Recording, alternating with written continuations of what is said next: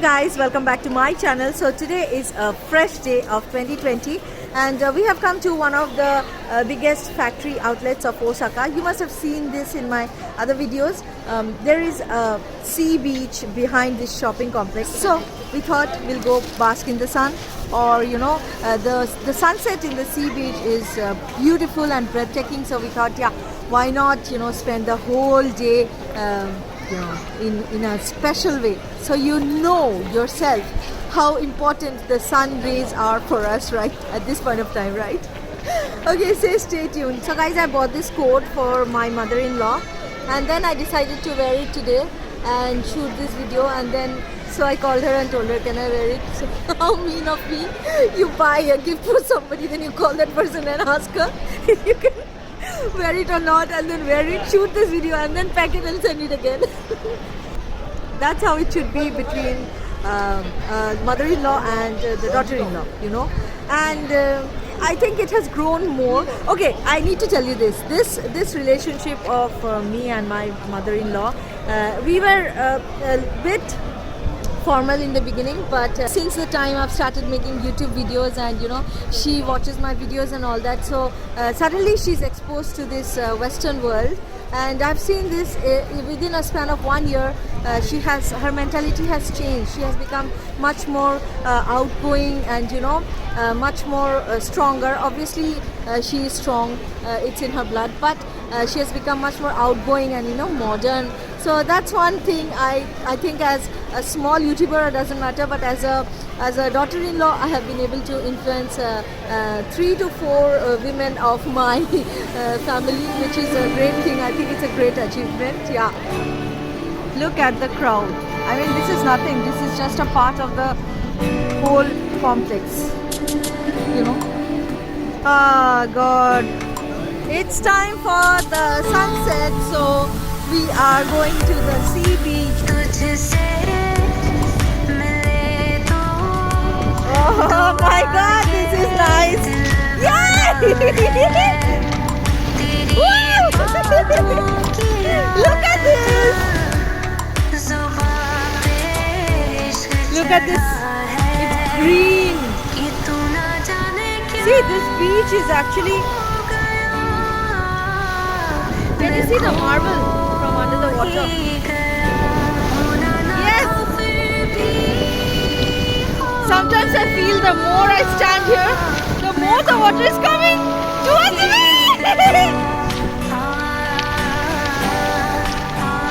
You see, even the sea is embracing me. Like, it wants to be, the water wants to be my friend.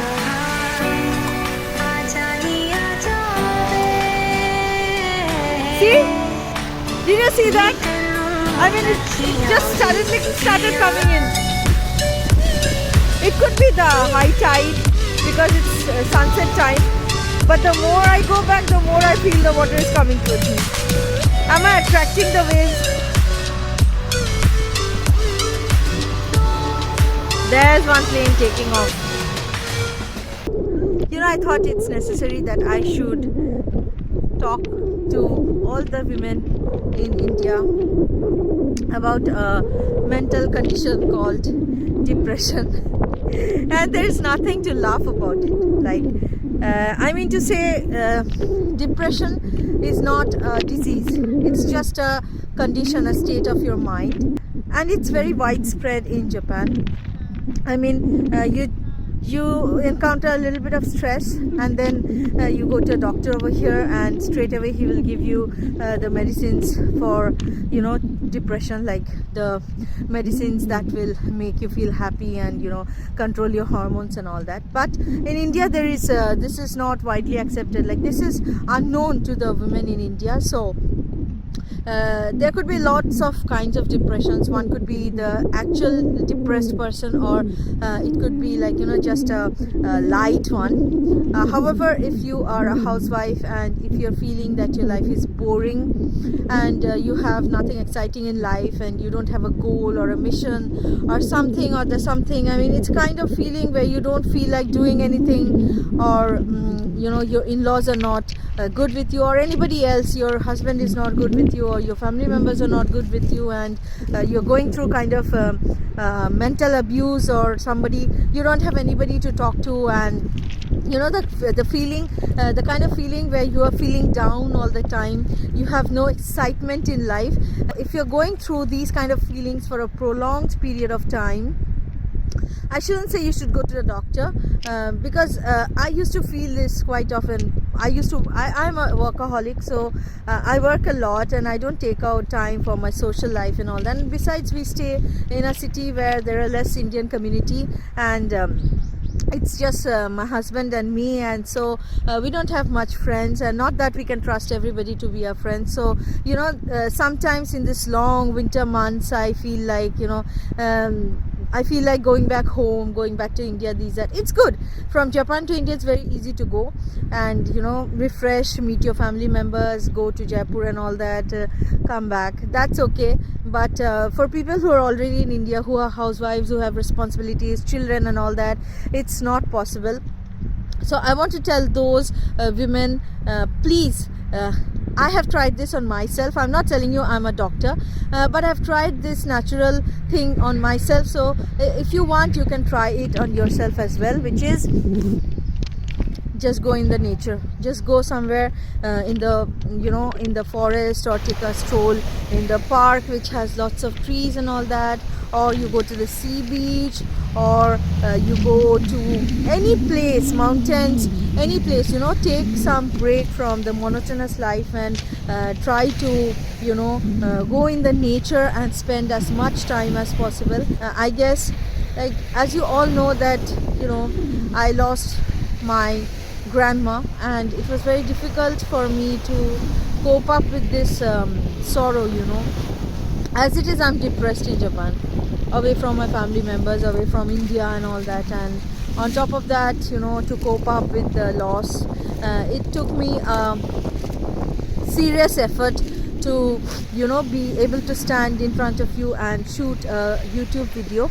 So yeah, I'm telling you, it was possible because I took lots of trips in the forests, in the hills, and now I'm standing in front of the ocean while I'm recording this video and talking to you. So yes, friends, if any of you are, I'm not talking about women only, it goes to men as well. If you're feeling this kind of depression, you know, try to stay away from the mobile phone as much as possible, from all the drama serials that are continuously being telecasted, and go in the middle of nature. I mean, the more trips you do in the middle of nature, to the nature, the more you open up to the nature, the more you will be embraced by God. So I think this is my personal experience. I'm repeatedly telling you, I am not God, or I'm not a doctor, because doctors are God. So yeah, I'm not a doctor, but I tried this. I read many books, as I told you, so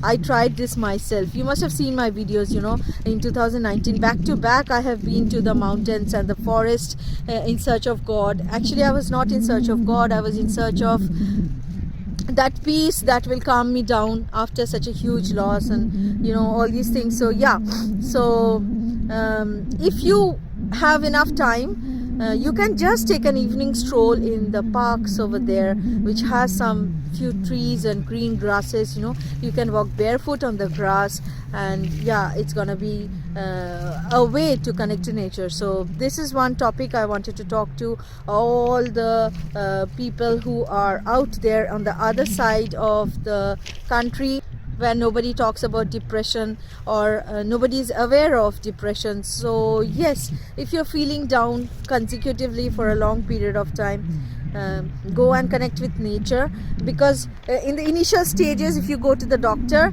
and get medicated, it's not gonna end. It's never ending. Depression, once you start your medication, I've seen many Japanese over here, once they start their medication, it never ends. So, and too much of medication is also not good for you. So try, if you think it's in the initial stages. I mean, you are in that position, so you would know if you are in the initial stages of depression or it's just the matter of time. So go and connect with nature and see if anything changes. If nothing changes at all, then I should say you should go to a doctor. But for me, practically 2019 I have been to nature, and I think I'm much more sound and calmer than before. So yeah.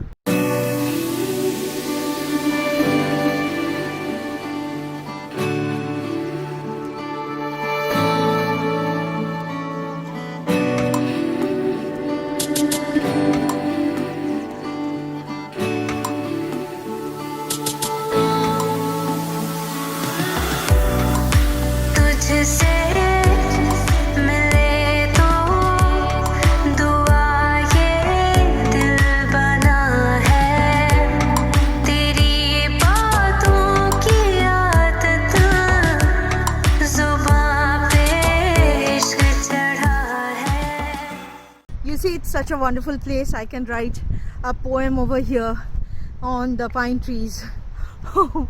But it's cold. The air is like, you know, it's a sea breeze, so you can imagine how cold it could be. It's like hitting me directly. I've got no sense in my nose or my lips whatever now. But that's the reason we came here. We came here to see how extreme temperature we can withstand. No, actually not. We just came here to see the beautiful sunset, and you won't believe this. I don't know. I'll just show you. Oh, somebody's flying kites. Oh, no, it's a balloon. Kite, huh?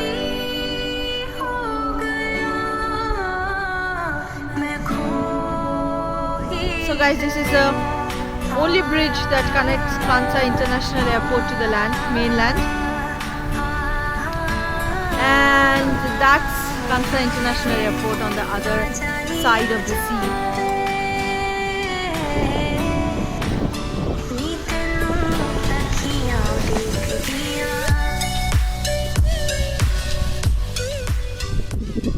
Guys, did you know that this Kansa International Airport is on a man-made island? Like, there was no natural island or base available, so they made an island to make this airport because people didn't want it to be in the middle of the city, disturbing their sleep, so, and you know, pollution and all that. So yeah, there was lots of resistance from the residents over here, so they made a man-made island and for the Kansa International Airport.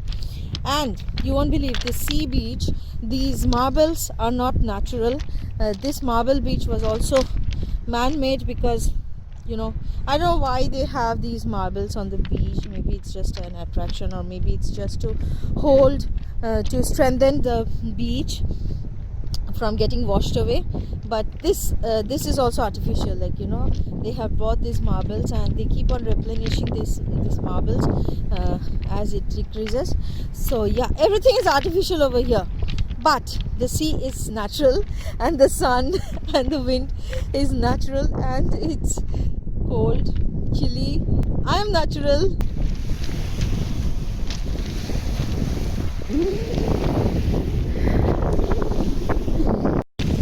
So guys, let me share with you this phase of my life when I first came to Osaka. I mean, Osaka has got, you know, every city in Japan has their own dialect and their own lifestyle. So when I came to Osaka, it's quite different from Tokyo and the other part of Japan. So it's very difficult to adjust. Osaka is very loud, and you know, it's good for foreigners who are already here, not for people who have come from Tokyo, because Tokyo is much quieter and grey, and people in Osaka are like, it's, in Japanese they call it, we are shirokuro, black and white. Like, they talk straight on your face, they shout at you and all these things. So but the core Japanese thing is always there. So when I first came here, I was new, and then I met few colleagues who were already working here, and they were foreigners like Italian and American and French. So we used to come to this marble beach after office, after work, and sit here and used to vent out. Those were the days. That was the first year of my in Osaka, and then they left. They went back. Some few went back. One got married, and yeah, we are no more in touch. So I just thought I should share this. Anyways, guys, I think this vlog is getting too long, so I'll continue in my next video. So yeah, see you tomorrow. Bye bye.